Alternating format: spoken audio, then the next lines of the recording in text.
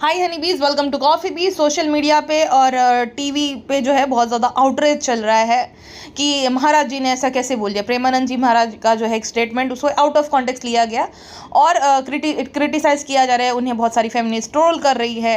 अनिरुद्ध आचार्य जो है, उनसे तो खैर क्या ही उम्मीद लगानी चाहिए, वो तो मतलब होते हैं उनके स्टेटमेंट बहुत ज़्यादा प्रॉब्लमेटिक। बट महाराज जी जो है, उन्हें शायद से ये कवर अप करने के लिए उनके एक स्टेटमेंट को, जो कि है भी नहीं सच, उस तरीके से लाया गया और उन्हें जो है क्रिटिसाइज कर रहे हैं कि कैसे एक साधु संत ऐसा बोल सकते, जबकि वो एग्जैक्ट स्टेटमेंट था भी नहीं। ठीक है, अच्छा, सबसे पहले हम अनिरुद्ध आचार्य के बारे में बात करते हैं। तो अनिरुद्ध आचार्य जो है ना, वो कहते हैं कि 25 साल की लड़की नहीं लानी चाहिए क्योंकि वो तो 5 जगह मुंह मार के आई होती, तो लड़कियों का विवाह जो है कम उम्र में कर देना चाहिए। अब इनको कौन समझाए कि लड़कियां जिनके साथ, किसके साथ मतलब लड़कियां मुंह मार रही है, क्या वो लड़कियां अशुद्ध हो गए मुंह मारने की वजह से? हाँ, उनका चल जाएगा, वो 30 साल में भी शादी करे चल जाएगा, लेकिन लड़कियां जो है वो मुंह मारती है, लड़कियां जो है वो चरित्रहीन है, वो इम्प्योर है। तो ऐसी इम्प्योर लड़कियां तो फिर अब देखो, आज के टाइम पे मतलब रिलेशनशिप तो कॉमन हो गया है, तो किसी न किसी का तो रिलेशन रहा ही होता है, हर किसी का एक रिलेशन तो रहा ही होता है, तो वो इम्प्योर है ना, शादी से पहले जो रिलेशन में रही वो लड़की। तो आपको ऐसी लड़कियां किसी भी फील्ड में हो, चाहे मेडिकल फील्ड में हो, चाहे एजुकेशन फील्ड में हो, आपको ऐसी लड़कियों से जो है सेवा नहीं लेनी चाहिए। मतलब कोई मेडिकल इमरजेंसी आए ना, तो पूछना कि तुम इम्प्योर हो कि प्योर हो, तुम्हारा शादी से पहले कोई रिश्ता तो नहीं था। अगर वो हाँ बोले तो फिर मत लेना कि भाई नहीं इलाज करवाएंगे, है ना। तो ये आप करना। ये पहली बार नहीं इनका ऐसा स्टेटमेंट। एक बार ये कहते हैं कि थर्ड क्वालिटी की औरतें कैसी होती है। अगर वो सास ने बुलाया उन्हें कि यहाँ आओ, तो वो बाहर चली जाएगी। पति ने बोला गरम रोटी दो, तो ठंडी रोटी दे देगी। तो ऐसी औरतें जो है वो थर्ड क्वालिटी की होती है। ये इनका एग्जैक्ट स्टेटमेंट था। ठीक है, और वहाँ पे बैठी बैठी बहुत सारी औरतें इनके ऐसे स्टेटमेंट पे हंस रही थी। मतलब सोचो कितना ब्रेन वॉश हो गई कि इनको ये मिसोजनी जो है वो ऐसा लगता है कि वाह वाह वाह, बाबा जी ने तो बहुत सही बात बोल दी है। शुभांकर मिश्रा की अगर आप पॉडकास्ट देखोगे ना इनके साथ, तो ये कहते हैं कि सिर्फ लड़कों की गलती थोड़ी है, लड़कियों की भी गलती है। अगर आप जो है ऐसे कपड़े पहनोगी तो लड़के तो उत्तेजित होंगे ही ना। अब शुभांकर से पूछते हैं कि किसकी गलती, तो शुभांकर ने बहुत अच्छा जवाब दिया कि लड़कों की गलती है ना। अब इसके अकॉर्डिंग जो ज़बरदस्ती के दुष्कर्म के केसेस बढ़ रहे हैं, उसमें लड़कियों के कपड़ों की गलती है, ना कि लड़कों की। लड़कों को अगर उत्तेजित करोगी तुम, तो लड़के तो ऐसा करोगी ही ना। क्रिमिनल तो क्राइम करेंगे ही, तुम क्यों निकले अपना शरीर बाहर लेकर। और अगर हम इनकी बात मान के चले कि कपड़ों की वजह से ये दुष्कर्म होता है लड़कियों के साथ, तो एक म्यूजियम में ना दुष्कर्म के पीड़ितों के कपड़े रखे गए थे। अब उसमें जो है छोटी बच्ची के फ्रॉक, नन का अटायर, नन मतलब मान के चलो क्रिश्चियन सन्यासिनी, पूरा वो ऐसे कपड़े रहते हैं, वो शरीर को पूरा ढक देते हैं, प्लस वो ढीले ढाले से रहते हैं, तो उसमें भी थी। और बच्चे का डायपर, मतलब बच्चे को क्या पता है, मतलब बच्चे का तो वो किस विकृति के मतलब मानसिकता होगी ऐसे काम करने वाले की। तो ये जो बाबा है, ये विक्टिम ब्लेमिंग करते हैं। हाँ, इस चीज़ को लेकर आउटरीच नहीं हुआ, इस चीज़ को लेकर इनकी ट्रोलिंग नहीं हुई, इस चीज़ को लेकर किसी ने आवाज़ नहीं उठाई। यहाँ पे ये नहीं रुकते, ये डोमेस्टिक वायलेंस को भी प्रमोट करते हैं, ये बोलकर कि अगर तुम्हारे साथ तुम्हारा पति मारपीट करता है तो तुम्हें तो सह लेना चाहिए। हाँ, हमें सहनशील होना चाहिए। अगर पति जो है दारू पी के या किसी भी उसमें हाथ उठाता है, तो पत्नी तो उसकी प्रॉपर्टी है क्योंकि वो शादी करके आई। तो ये जो है वो शुरू से मिसोजिनिस्ट है, ये जो अनिरुद्ध आचार्य है ना, शुरू से मिसोजिनिस्ट है।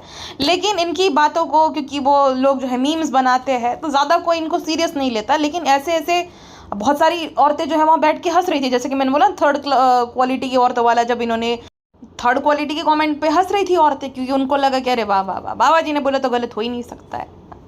और अब आप इन्हें अगर ये बोल के डिफेंड करोगे कि वो जो है गरीबों को खाना खिलाते हैं, वो वृद्धाश्रम चलाते हैं, तो अगर वो गरीबों को खाना खिलाते हैं, वृद्धाश्रम चलाते हैं, अगर किसी का वो खून भी कर दे तो जस्टिफाइड होगा कि नहीं गरीब को खाना खिलाते हैं तो मार दिए तो क्या हो गया।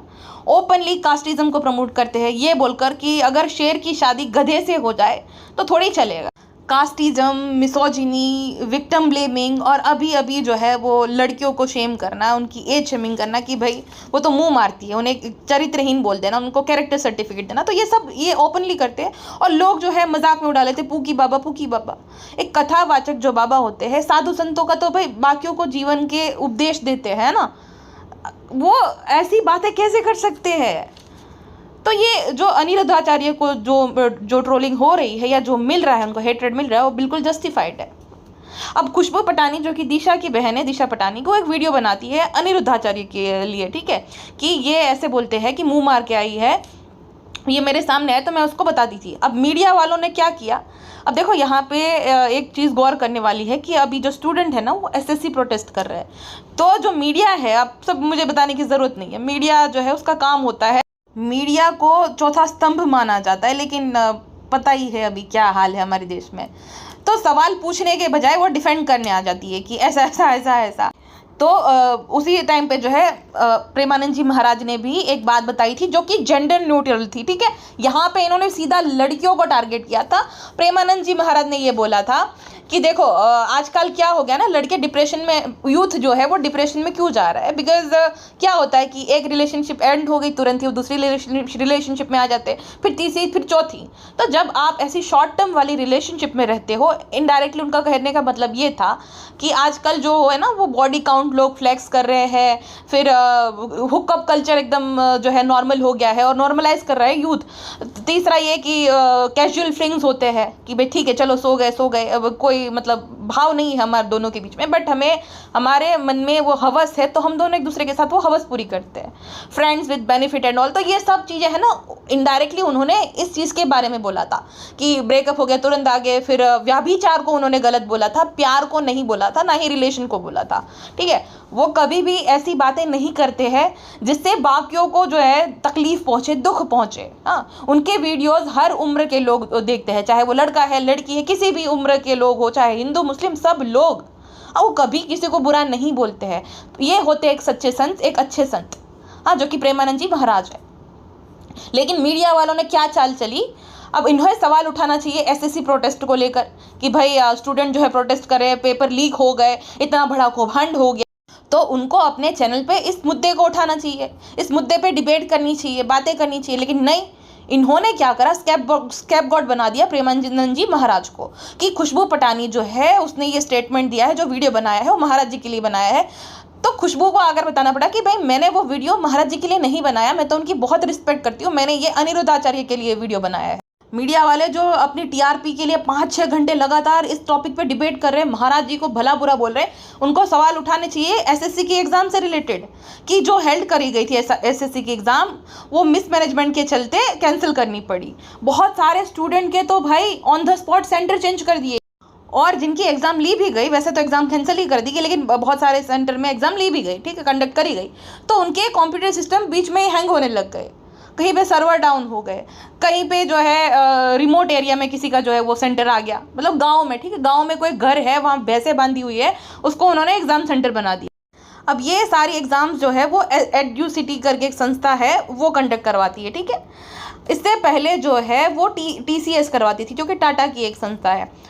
तो एडयूसिटी जो है उसकी हिस्ट्री बहुत ही बेकार है, उन पे बहुत सवाल उठे गए हैं, उन्हें कैंसिल भी कराया गया था कि भाई वो एलिजिबल नहीं है एग्ज़ाम कंडक्ट करवाने के लिए, या इनका टेंडर आप अप्रूव मत करो, लेकिन कराया गया। तो आप उनको सवाल क्यों नहीं पूछ रहे? आप एक ऐसे महाराज जी को जो है उनकी जो डिफेम कर रहे हो जिन्होंने कभी भी हेट स्पीच नहीं दी। आप तब कहाँ थे जब एक बाबा ने ये बोला था, जब स्टैम्पेड हुआ था ना महाकुंभ में, तो एक बाबा कहते हैं कि अरे ये तो सौभाग्य की बात है, उन्हें तो मोक्ष की प्राप्ति हो गई। मैं किसके बारे में बात कर रही हूँ सबको पता है। एक ऐसा आदमी अभी राम रहीम है जिसपे कितने सारे मतलब केस लगे, वो जेल से छूट गया, वहाँ पे कोई कुछ नहीं बोल रहा है, वहाँ पे वो मीडिया वाले नहीं कवर। लेकिन प्रेमानंद जी महाराज, जिन्हें अगर आप सुनोगे, इनके एकांकित वार्तालाप जो रहते हैं, अगर आप उन्हें सुनोगे या तो आप उनको लाइव भी सुनोगे ना, तो आपका मन एकदम प्रसन्न हो जाएगा। वो कभी भी किसी को बुरा नहीं बोलते हैं, ना वो जो है हेट फैलाते हैं, किसी को भी बुरा नहीं बोलते, और उन्हें कोई भी नहीं नापसंद कर सकता, ये मैं लिख के दे सकती हूँ। तो इनका ना आपस में भी जो है बाबाओं को भी जेलसी होती है। जितना मैं इंटरव्यूज़ देख रही हूँ ना, वहाँ पर जो बाबाज आ रहे थे, भाई क्या हो आप सब लोग, इतना क्या जलनखोरी एक संत महात्मा से। अच्छा, एक ना किसी ने सवाल पूछा था महाराज जी से, एक लड़के ने, मतलब कि मुझे ना अपने ही जेंडर के जो है लड़के से प्यार है, मैं उन्हीं के प्रति आकर्षण फील करता हूँ, लड़कियाँ मुझे नहीं पसंद है, मैं उनके प्रति आकर्षित नहीं होता हूँ।